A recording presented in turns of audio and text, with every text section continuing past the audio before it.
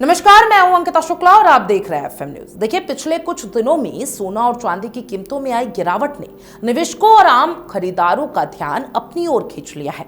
बाजार में उतार चढ़ाव नया नहीं है, लेकिन जब लगातार 2 दिनों तक कीमतें नीचे जाती है तो लोगों के मन में कई सवाल उठते हैं। क्या ये गिरावट लंबी चलेगी या फिर ये सिर्फ मुनाफा वसूली का असर है?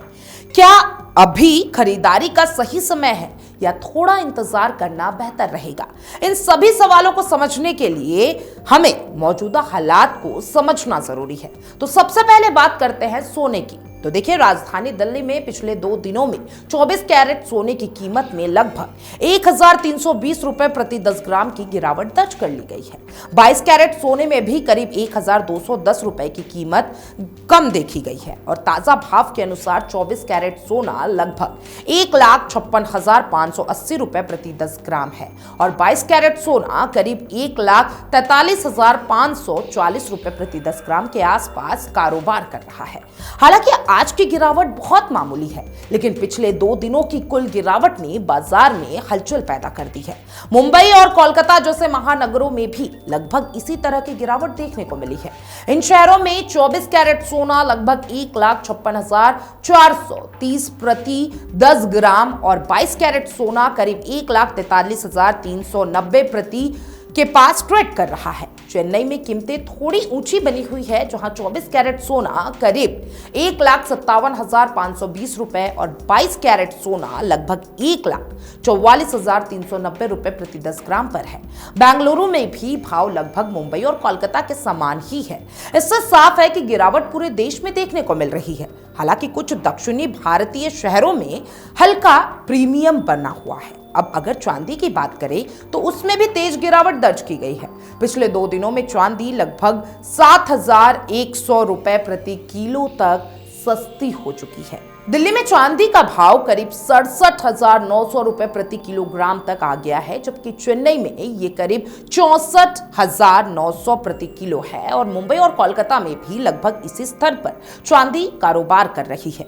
ये गिरावट उन निवेशकों के लिए महत्वपूर्ण है जो चांदी को भी एक विकल्प के रूप में देखते हैं। अब सवाल ये उठता है कि आखिर कीमतों में ये गिरावट क्यों आई, और विशेषज्ञों का मानना है कि फिलहाल सोना और चांदी कंसोलिडेशन के दौर में है। इसका मतलब यह है कि कीमतें एक सीमित दायरे में ऊपर नीचे होती रहेंगी और जब बाजार में कोई बड़ा आर्थिक संकेत या वैश्विक घटना नहीं होती तो कीमतें अक्सर इसी तरीके से सीमित दायरे में चलती रहती है। हाल ही के दिनों में अंतर्राष्ट्रीय बाजार में कुछ निवेशकों ने मुनाफा वसूली की है, जिसके कारण कीमतों में हल्की गिरावट दर्ज की गई थी।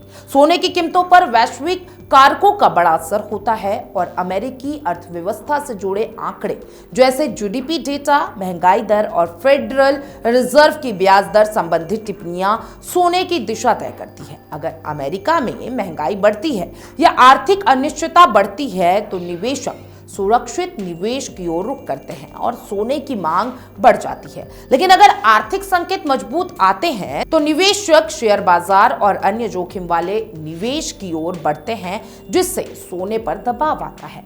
इतिहास बताता है कि सोना हमेशा संकट के समय मजबूत प्रदर्शन करता है।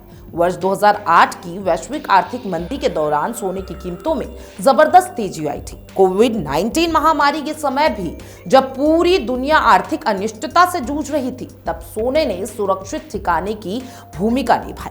यही कारण है कि निवेशक आज भी सोने को लंबी अवधि के लिए सुरक्षित निवेश मानते हैं। और भारत में सोने का महत्व सिर्फ निवेश तक सीमित नहीं है, ये परंपरा, संस्कृति और भावनाओं से भी जुड़ा हुआ है।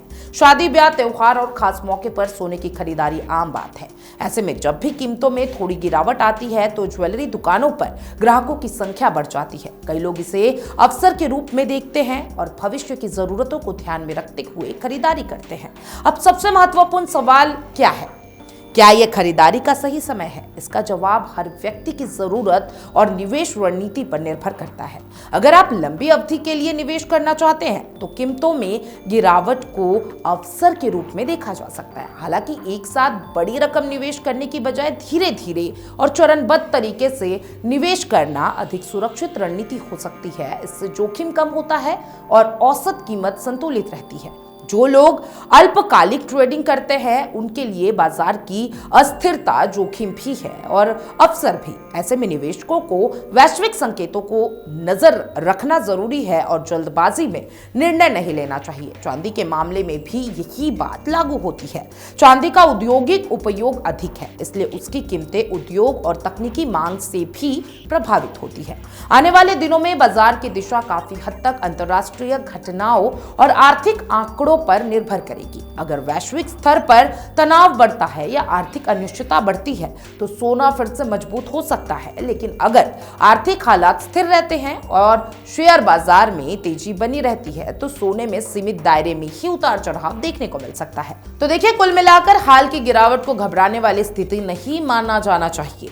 यह बाजार का सामान्य उतार चढ़ाव है। निवेशकों को जल्दबाजी में फैसला लेने की बजाय सोच समझकर कदम उठाना चाहिए। सोना और चांदी दोनों ही लंबे समय से सुरक्षित निवेश के रूप में देखे जाते हैं, इसलिए सही जानकारी, धैर्य और संतुलन रणनीति के साथ निवेश करना ही समझदारी है।